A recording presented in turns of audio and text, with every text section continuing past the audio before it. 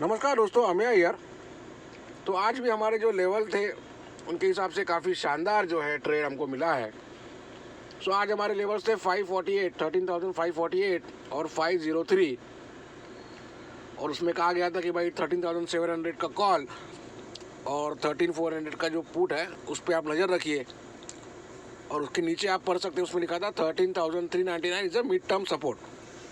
वहाँ से एक मामूली बाउंस बैक मार सकता है, या फिर अगर वो टूटता है सो 13,311 आ सकता है। ये एक तरीका है ये मैसेज को रीड करने का। सो हम लोग देखते हैं क्या हुआ है।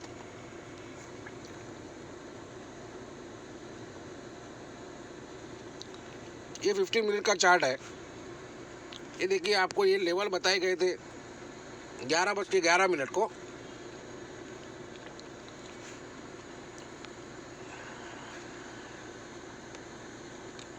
ठीक है, फिर हम लोग को इंतज़ार करना है 503 लेवल टूटने का क्लोजिंग बेसिस पे। यहाँ देखिए टूट गया है, 496 का बंद दे दिया है। तो आपको इमीडिएट बेसिस पे 145 को पुट ऑप्शन में एंट्री ले लेना है, जो आपको यहाँ पे बताया गया था 13,400 का पुट। और 503 का हमारा लेवल था। उसके बाद आप लो ऊपर देख सकते हैं 402। 100 पॉइंट जो है निफ्टी उतर गया। और यहाँ पे आपको बताया गया था 13,399 is a mid term support, बराबर 402। मतलब 2-3 पॉइंट वहाँ से सपोर्ट लेके ज़बरदस्त उछाल आया है। तो यहाँ पे दोनों ट्रेड मिल गए हम लोग को। 500 टूटने के बाद शॉर्ट ट्रेड मिला है 402 जो है लो था, मतलब 399 रिस्पेक्ट करने के बाद एक लॉन्ग ट्रेड मिला है। दोनों जो है आपको बताए गए थे क्या करना है। 13,700 कॉल और 13,400 पुट। हम लोग देखते हैं क्या हुआ है। सो 13,700 कॉल की तरफ पहले पुट की तरफ देखते हैं। ये देखिए, बराबर यहाँ पे आपको एंट्री मिल जाता है 145 को। 48 और 65 का हाई लो है। तो एवरेज अगर आप करें तो आपको 55 के आसपास एंट्री मिल जाता है। और इसका फ्लैश आया था 115। तो आपको 80-90 के आसपास एवरेज एग्जिट भी मिल जाता है, जो कि वहाँ पे 402 लो था, 399 प्रोटेक्ट हो गया था। ये आपको एक स्कैल्पिंग ट्रेड मिल गया पुट ऑप्शन में। और जैसा 402 रिस्पेक्ट हुआ तो आपको कॉल में एंट्री ले लेना है 13,700 के। तो ये देखिए, जैसा यहाँ पे 402 का लो हुआ, 399 का लेवल रिस्पेक्ट हुआ, यहाँ पे आपको एंट्री ले लेना है 22 और 32 के बीच में। तो एवरेज 25 पकड़ लीजिए। और ये जो है 40 का जो है हाई टच कर दिया है। सो दोनों इसमें यहाँ तो समझ लीजिए डबल हो गया है, 20-22 का 40 हो गया है। और वहाँ पे 50%। तो इस तरीके से काफ़ी शानदार जो है लेवल बेस्ड ट्रेडिंग होता है। अभी हम लोग ग्लोबल मार्केट की तरफ जाते हैं। अभी आपके मन में एक सवाल होगा कि भाई जब निफ्टी ग्रीन में ही बंद दिया है तो फॉल आया ही क्यों था? फॉल आया है तो उसमें बाय क्यों हुआ है? तो ऐसा होता है कि जो लेट कमर अपॉर्चुनिस्ट होते हैं, कि जो पूरा रैली मिस कर दिए, 1500-2000 पॉइंट का निफ्टी का रैली मिस कर दिए, 6,000 पॉइंट का बैंक निफ्टी का रैली मिस कर दिए, उनको सोर ग्रेप्स अंगूर खट्टे वाला फीलिंग आता है और फिर वो लेट एंट्री लेते हैं।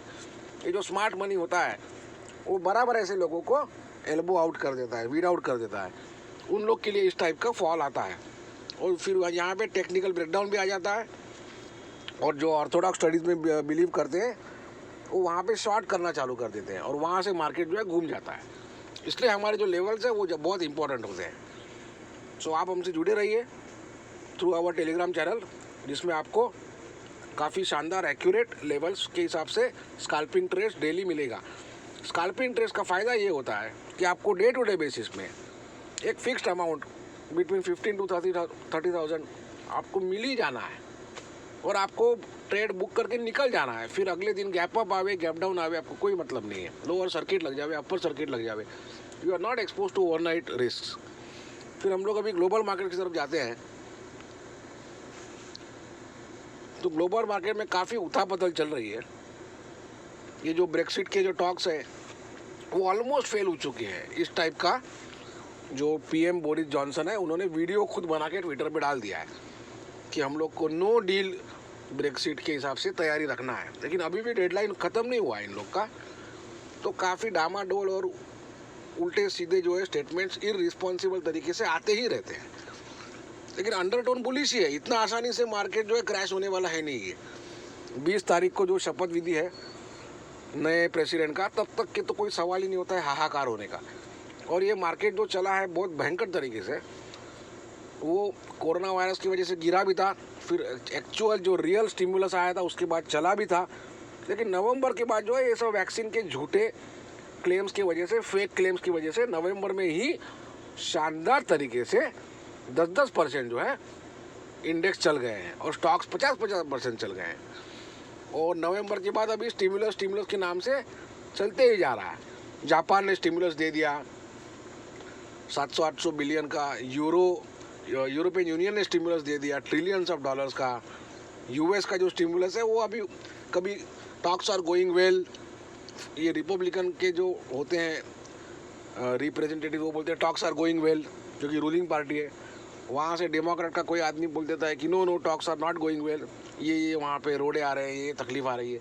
तो इस टाइप का जिगजैग स्टेटमेंट चलते ही जाएगा जब तक कि ये 14 दिसंबर का यूएस स्टेट का इलेक्शन, 25-26 दिसंबर का यूएस स्टिमुलस का डेडलाइन, फिर ये ओवरनाइट में भी देखते हैं क्या होता है ये ब्रेक्सिट और ईयू के टॉक्स का, क्योंकि वो जो बोरिस जॉनसन साहब है वो खुद वहाँ पे पहुँच गए हैं।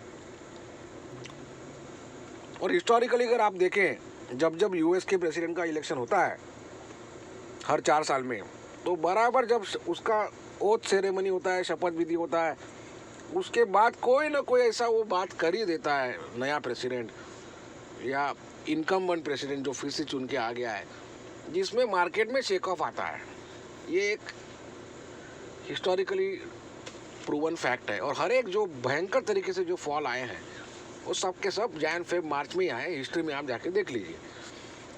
तो अभी ये जो स्टिमुलस जो था वो तो ख़त्म हो गया, पूरा पैसा इन लोग खा गए, सब हजम हो गया। जो बिजनेसेस को पैसा दिया था, एयरलाइंस को $39 बिलियन दिया था यूएस में, जनता को 2-4 हज़ार डॉलर के चेक्स दिए थे मंथली वीकली, जो भी सब खा गए, सब पैसा ख़त्म हो गया है। अब इन लोग फिर से रीप्रिंट करने के लिए जो है फिस्कल लेवल का स्टिमुलस, क्योंकि जो यूएस फेडरल रिजर्व है they can only land, they can not spend. तो वो किसी को लोन दे सकता है भले 0% इंटरेस्ट, लेकिन वो ऐसा सब्सिडी नहीं दे सकता है या स्टिमुलस नहीं दे सकता है कि आप रख लीजिए पैसा। तो ये फिस्कल लेवल पे ही पॉसिबल है। उसके लिए पार्लियामेंट का आपको वहाँ पे नॉर ज़रूरी है, वहाँ का हामी ज़रूरी है। तो पार्लियामेंट मतलब टोटल जो कांग्रेस है वहाँ का, तो वहाँ पे जो हाउस ऑफ रिप्रेजेंटेटिव्स है उनकी जो स्पीकर है नैन्सी पेलोसी, उनके कुछ डिमांड्स हैं जो इन लोग रिपब्लिकन के जो सीनेटर्स है, हाउस ऑफ रिप्रेजेंटेटिव्स है, उन लोग नहीं मान रहे हैं। तो ये सब टॉक्स चलते ही जाएगा। तो 20 जनवरी तक कोई ऐसा हाहाकार वाला फॉल नज़र नहीं आता है। सो निफ्टी की अगर बात करें तो लेवल बेस्ड आप खेलिए, हमारे लेवल के साथ ट्रेड कीजिए। और जो है बायस ओवरऑल बुलिश ही होता है, बाकी इंट्राडे आपको दोनों साइड में ट्रेड मिल जाते हैं। तो ये अगर ग्लोबल मार्केट्स की बात करें तो ये डाउ जोन्स अगर है तो ये एक ऐसा इन्होंने ट्रोजन हॉर्स छोड़ दिया गया है डाउ जोन्स फ्यूचर। इन लोग खुद तो सो जाते हैं, यूएस में अंधेरा होता है, तो पूरा दुनिया का मार्केट जो है ये दिन भर मैनिपुलेट डाउ जोन्स करते रहता है। तो नसीब की बात है, अच्छी बात है कि पिछला 2 हफ्ता से ये डाउ जोन्स फ्यूचर के हिसाब से इतना मूवमेंट नहीं आ रहा है निफ्टी में, लेकिन आज थोड़ा बहुत वो मैनिपुलेट करने का कोशिश किया। ये तो 200, 250, 300 पॉइंट तक चला गया था माइनस, और निफ्टी भी अच्छा खासा गिर गया था। फिर निफ्टी में भी आप रिकवरी देख लीजिए, फ्यूचर्स है ये, और डाउ जोन्स में भी रिकवरी देख लीजिए फ्यूचर्स में। रियल डाउ की अगर बात करें तो ये भी 100 पॉइंट मतलब कोई बड़ी बात है नहीं, ये कल का लेवल है, उसके हिसाब से ये फॉल दिखा रहा है। विक्स की अगर बात करें तो ये थोड़ा थोड़ा अपना ऊपर आ रहा है, लेकिन 26 तक इसमें कोई डरने वाली बात नहीं है मार्केट के हिसाब से। कॉपर भी 2% डाउन है, इसमें शायद प्रॉफिट बुकिंग हो रहा है, जो कि 7-8 ईयर हाई पे चल रहा है। ये भी $3 तक, इसमें कोई डरने वाली बात है नहीं। करेंसी में अगर बात करें तो 94 तक इसमें डरने वाली बात नहीं है डॉलर इंडेक्स में। अब ये कभी आपका जो यूरो है वो वीक हो जाता है, कभी यूके का पाउंड वीक हो जाता है, जिसकी वजह से ये डॉलर स्ट्रेंथन भी होता है। और स्टिमुलस अगर नहीं आ रहा है तो डॉलर स्ट्रेंथन हो जाएगा, क्योंकि स्टिमुलस आता है तो जो भी करेंसी का स्टिमुलस आता है वो करेंसी वीक हो जाता है। ये बेसिक इकोनॉमिक्स है। तो अभी तक के अच्छा खासा 20-22 ट्रिलियन का स्टिमुलस आ गया था ग्लोबल लेवल पे, और डॉलर का खुद का ही कुछ 8-10 ट्रिलियन का स्टिमुलस आ गया था, अगर फिस्कल और ये सब ऐड करें यूएस फेड का। तो इसलिए डॉलर जो है 2.5 ईयर लो पे चल रहा था, वहाँ पे अभी इसने थोड़ा सा बेस पकड़ लिया है। अब ये 91 के नज़दीक है, और 90 के नीचे अभी तो नज़र नहीं आ रहा है, तो ये एक रेंज में रहेगा 94 तक, इसमें कोई तकलीफ नहीं है। बॉन्ड यील्ड का बात करें तो ये भी काफ़ी जो है जिगजैग तरीके से ऑपरेट होता है। तो अभी ऐसा हो गया है कि कोई क्लैरिटी है नहीं ग्लोबल मार्केट्स में। यूएस का प्रेसिडेंट कौन होने वाला है ये किसी को समझ में नहीं आ रहा है 14 दिसंबर तक। यूएस के स्टिमुलस का क्या होगा, सिर्फ talks are going on. Brexit का क्या होगा, टॉक्स आर गोइंग ऑन। तो वो हिसाब से जो अपने अपने जो ट्रेडर्स हैं, कोई बॉन्ड का ट्रेडर है वो अपना खेल खेल रहा है, करेंसी में वो अपना खेल खेल रहे हैं, कमोडिटी वाले अपना खेल खेल रहे हैं, और स्टॉक मार्केट वाले अपना खेल खेल रहे हैं। तो ये पैरामीटर जो एक साथ जुड़े हुए थे, इंटरलिंक्ड थे, अभी कुछ समय के लिए ये आपस में इंटरलिंक का ख़त्म हो जाएगा, और इनका जो डायरेक्ट रिलेशन है स्टॉक मार्केट से वो कुछ टाइम के लिए डीलिंक हो जाएगा, डीकपल हो जाएगा, और ये आपस में कुछ ना कुछ होते रहेगा। तो निफ्टी का अगर बात करें, ये बहुत ज़्यादा स्ट्रॉन्ग इंडेक्स है, और कोई रियल निगेटिव बैड न्यूज़, मतलब रूमर भी नहीं, एक्चुअल रियल न्यूज़ आना ज़रूरी है। तो उसके पहले ये इसमें जैसा आज थोड़ा सा फॉल आया, उस टाइप के फॉल आते रहेंगे, लेकिन पोजिशनल बेसिस पे कोई इसमें शॉर्ट का कोई सवाल ही पैदा नहीं होता है।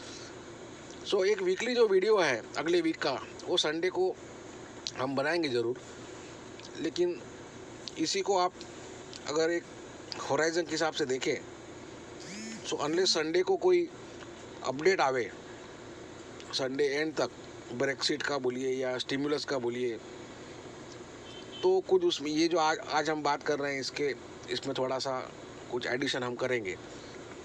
अगर कोई अपडेट नहीं आता है ओवर द वीकेंड, तो इसी को आप वीकली व्यू समझिए कि भाई इसका ट्रेंड ऑन द अपसाइड ही है। ये जो एल्गो वेल है, ये किसी की जो है बात मानने को तैयार नहीं है। ग्लोबल इंडेक्स एल्गो वेल, ये देखिए एफआईआई का आज भी 4000 करोड़ का बाइंग है, 70,000 करोड़ के ऊपर इन लोगों ने बाय कर लिया है नवंबर के स्टार्टिंग से। तो ये कोई किसी का बात मानने को रेडी है नहीं, और ये सब कैश में स्पॉट में डिलीवरी बाइंग हो रहा है। इसलिए आपको हम पहले भी कितने बार बता चुके हैं कि आपके technical parameters, fundamental parameters, derivative का ऑप्शन चेन, कोई इसका मीनिंग ही नहीं रह गया है आज के रिसेंट टाइम्स में। अगर आप ये पोस्ट कोरोना की अगर बात करें, जो मनी सप्लाई जो आया है, फ्री मनी, उसमें स्टिमुलस भी कह लीजिए या फ्री जो इन लोगों ने लेंड किया है बैंकों को, सेंट्रल बैंक्स ने, और करते ही जा रहे हैं, इसका कोई अंत ही नहीं है। इसको ये जो भी रैली आया है, इसको पंक्चर वैक्सीन का ही कोई ना कोई क्लेम करेगा। ये देखिए जो हम बात कह रहे थे, 1.8 ट्रिलियन यूरोस, $2 ट्रिलियन का इन लोगों ने स्टिमुलस जो है अनाउंस कर दिया है। कोई पैसे का इधर वैल्यू नहीं रह गया है, और फिएट करेंसी है ये। और आपको पहले भी कहा गया था, ये जो डेवलप कंट्रीज है, G7 नेशंस है, इनके यहाँ कोई फॉरेक्स रिजर्व और ये सब कोई कंसेप्ट ही नहीं है। जैसे हम लोग के आरबीआई का फॉरेक्स रिजर्व 500 बिलियन है, 600 बिलियन है, तो हम लोग के लिए बहुत खुशी की बात है। वहाँ पे जीरो होता है फॉरेक्स रिजर्व, क्योंकि ये सब कन्वर्टिबल करेंसी है। और वहाँ पे फिजिकल डिफिसिट और ये सब कोई टॉपिक ही नहीं है बात करने का। तो ये लोग अनलिमिटेड, कोई अंत ही नहीं है इसका मनी प्रिंटिंग का, ये आप समझ लीजिए। अभी वैक्सीन पे आते हैं। ये देखिए, पिछला 2-3 दिन से नए नए न्यूज़ आ रहे थे कि भाई इंडिया में आपका सीरम इंस्टीट्यूट का जो वैक्सीन था उसको डिनाई कर दिया emergency use authorisation drug controller of India ने। फिर यूके में जो थे वैक्सीन, उसमें आपका एलर्जीज आ गई थी। ऑस्ट्रेलिया में उन्होंने किधर से वैक्सीन ऑर्डर किया था, वो कैंसिल कर दिए ऑर्डर। 3 बैड न्यूज़ हो गया। ये चौथा बैड न्यूज़ आज का, कि जो सनोफी है कि भाई उसमें कुछ इनसफिशिएंट इम्यून रिस्पॉन्स है वो। तो ये सब झूठे ही क्लेम्स है वैक्सीन के, कोई इसमें सवाल ही नहीं पैदा होता है सच्चाई का। क्योंकि एक तो वैक्सीन डेवलप करने में 4-5 साल आज के ज़माने में लगना चाहिए, पुराने ज़माने में 50-50 साल लगते थे, लेकिन डेवलप हो गया है मेडिकल साइंस, तो 4-5 साल तो लगना ही लगना है। अगर आपने वैक्सीन डेवलप कर भी लिया 2-4 महीने में, तो भी उसका ट्रायल 2-2 साल तक चलता है। तो ये तो सब बहुत जल्दबाजी में इन लोग अनाउंस कर रहे हैं, सब stock market related algo well का ही ये सब खेल है। हर एक जो कंपनी अनाउंस कर रहा है वैक्सीन के झूठे क्लेम, ये सब स्टॉक मार्केट में लिस्टेड है, लाइफ हाई इनकी प्राइसेस चल रही है और इनका मैनेजमेंट अब खुद का ही स्टॉक बेचे जा रहा है। अभी जो 800, 850, 870, 900 से आपका रिलायंस इंडस्ट्रीज 2300 हो गया, तो जो उसके ओनर है मिस्टर अंबानी, हो गया खुद का स्टॉक कभी लिक्विडेट नहीं किया मार्केट में, क्योंकि उनको कॉन्फिडेंस है कंपनी में। ये तो खुद के ही जो है स्टॉक बेचे जा रहा है सीनियर मैनेजमेंट, मतलब उनको पता है कि झूठी बोल रहे हैं इन लोग।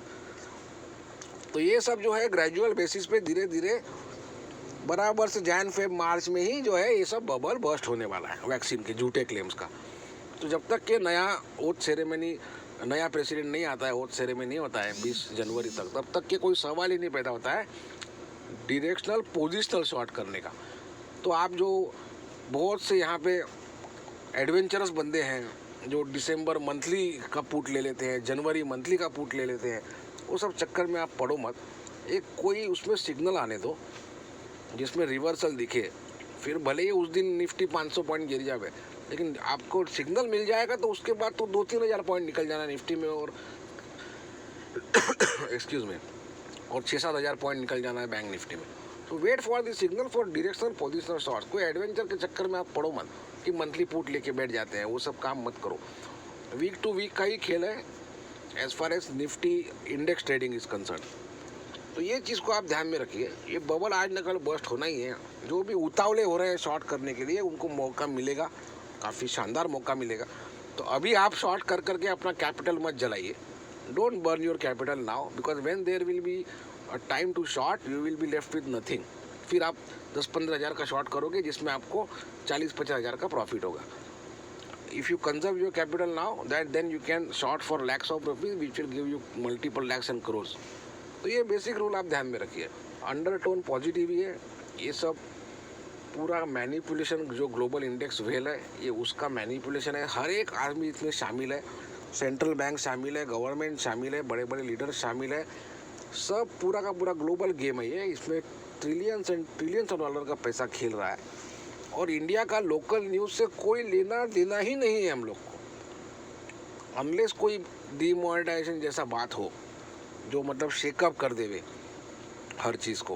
बाकी लोकल न्यूज़ से कोई लेना देना ही नहीं है। अगर आप इंडेक्स ट्रेडर हो, आपको सिर्फ ग्लोबल पैरामीटर जो हम आपको बताते आ रहे हैं कैसे आपको एनालाइज करना है, और ग्लोबल जो सेंटीमेंट है, रिस्क ऑन रिस्क ऑफ, वो सब आपको एनालाइज करना है। ये एक बेसिक चीज़ आप ध्यान में रखिए। तो अगले वीक के लिए भी आपको यही एडवाइस दी जा रही है कि आप हमारे लेवल के हिसाब से खेलिए, लॉन्ग शॉट दोनों आपको मिलेगा, और आपको अगर पहले शॉट मिल जाता है तो उसके बाद आपको लॉन्ग मिलना ही मिलना है। तो अगर आपको शॉट नहीं करना है तो आप हमारे लेवल देखिए, वहाँ पे बढ़िया सपोर्ट लेता है, मिड टर्म सपोर्ट जिसको बोला जाता है, वहाँ से आप लॉन्ग कीजिए, जो आज भी हमारा शानदार ट्रेड रहा है। Thank you very much.